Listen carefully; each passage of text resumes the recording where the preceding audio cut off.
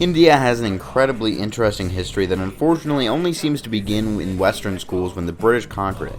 However, the time before the British era was filled with fascinating conflicts and stories that are rarely talked about in America and Europe. A conflict I find very interesting personally is the one for the soul of India religiously, between Hinduism and Buddhism, and even Islam to some extent. Before the 4th century CE, Buddhism was by many measures the most prominent religion in India, but over the next centuries it would decline and give way to Hinduism in becoming India's primary religious unifier. But what if this had never happened? What if India had become, or remained rather, Buddhist? Hey, before we get into the scenario, do you have a suggestion that you really want to see made into a video? Do you want to talk and discuss history and even politics with the slowly growing community of historians alternate and not from this channel? Then consider joining the That Annoying American Discord server for all of the above. Members will also be able to have a say in important decisions for the channel going forward. Now, on to the scenario. At the time of the 3rd century, Buddhism was the most popular religion in all of India. So what happened?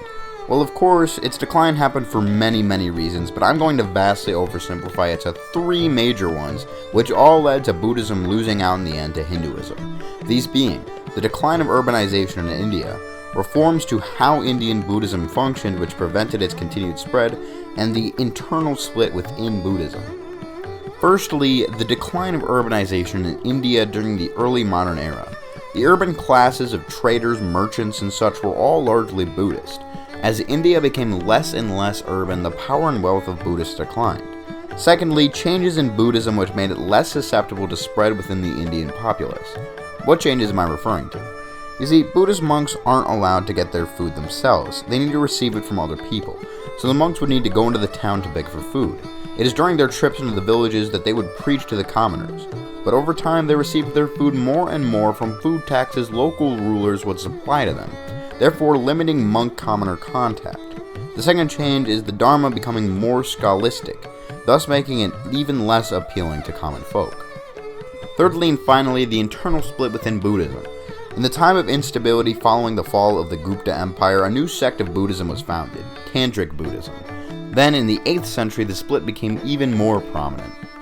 Now, let's undo all of this and secure Buddhism retains its strength to win the fight against Hinduism for the national religion of India. So, there is never a decline in urbanization in India. Buddhism remains ingrained in a wealthy and powerful class. Buddhism is never reformed to be less appealing to commoner and susceptible to spreading. And Tantric Buddhism never splits off from the primary sect. Because of these changes, Buddhism is able to retain enough strength to remain the dominant religion of the ruling classes and the majority of the population in India. Now, there is one more thing I'm going to change to ensure Buddhism's success. The Muslim invasions of India fail. Whether this be because of pure chance, because India has greater powers at the time, I don't really care that much. All I want is for India not to be dominated by Muslim powers. And with that, we can begin the scenario. Let's begin by talking about the effects of culture inside of India. As most of you know, India has always been extremely diverse, and it would still be in this timeline. However, in my opinion, India could be divided into 3 sections of cultural influence. The northwest would be culturally influenced primarily by Tibetan cultures. This is also the region which would be most culturally influenced by Buddhism itself. Next, we have the northeast and Bengal. This region, without the Muslim empires and without Hinduism, I believe would be culturally dominated by the Chinese. Then we have the south, where Hinduism would still be quite prevalent, more so than the other 2 regions. The cultures of the south would have significant Hindu influence. Oh yeah, also no caste system.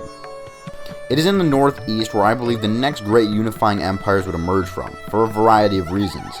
They would develop more than the rest of India due to their ties with China. They would also have a significant population advantage. It's here where I want to clear something up. It's often assumed in the West that Buddhist powers never went to war. This is simply untrue. Buddhist powers were not shy to going to war with each other, even though yes, it did contradict a big part of their whole philosophy, that being pacifism. As these empires would rise and fall as they always did in India, I assume wars would break out between them and China as the Chinese attempt to assert vassalage and tributary status over their culturally similar neighbors. Now we come to the most globally consequential effect. India would most likely not be conquered by Britain. The British conquest of India could only occur in the very specific situation that was the fall of the Mughal Empire. The East India Company was able to perfectly play their cards and take advantage of the situation to gain control. With the immense amount of butterfly effect that comes from Buddhism remaining dominant and the Muslims not invading, it means that the chance of the exact same situation presenting itself is next to impossible. European influence would be almost only economic in small holdings along the coast. The ramifications of this are so massive that the entire fate of Asia and potentially Europe as well are changed. Without India, the British would have no reason to fight China over opium trade, and so they would never prove to themselves that they could beat the Chinese, who had dominated the world since the beginning of time. Therefore, besides Indonesia, the Straits of Malacca, and light holdings in India, Europe wouldn't dominate Asia. Japan would remain isolationist, China would remain the regional power, and of course India would remain independent. Therefore, without any reason to, industrialization wouldn't find its way into Asia in the 18th, 19th, or even 20th century. During these centuries, Asia would remain almost totally isolated from the rest of the world. Indian powers would continue to rise and fall, China may dominate the north of India a couple times, but the status quo would remain.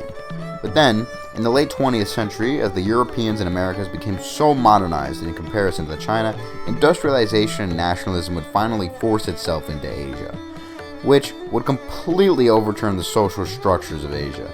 Think a mix of civil unrest of the middle 1800s and the collapse of the Empire of China. What the result of this would be for India and Asia, I don't know. We are so far away from the divergent point with so many changes that it is impossible to go any further. Be sure to like and subscribe. Also, join the Discord.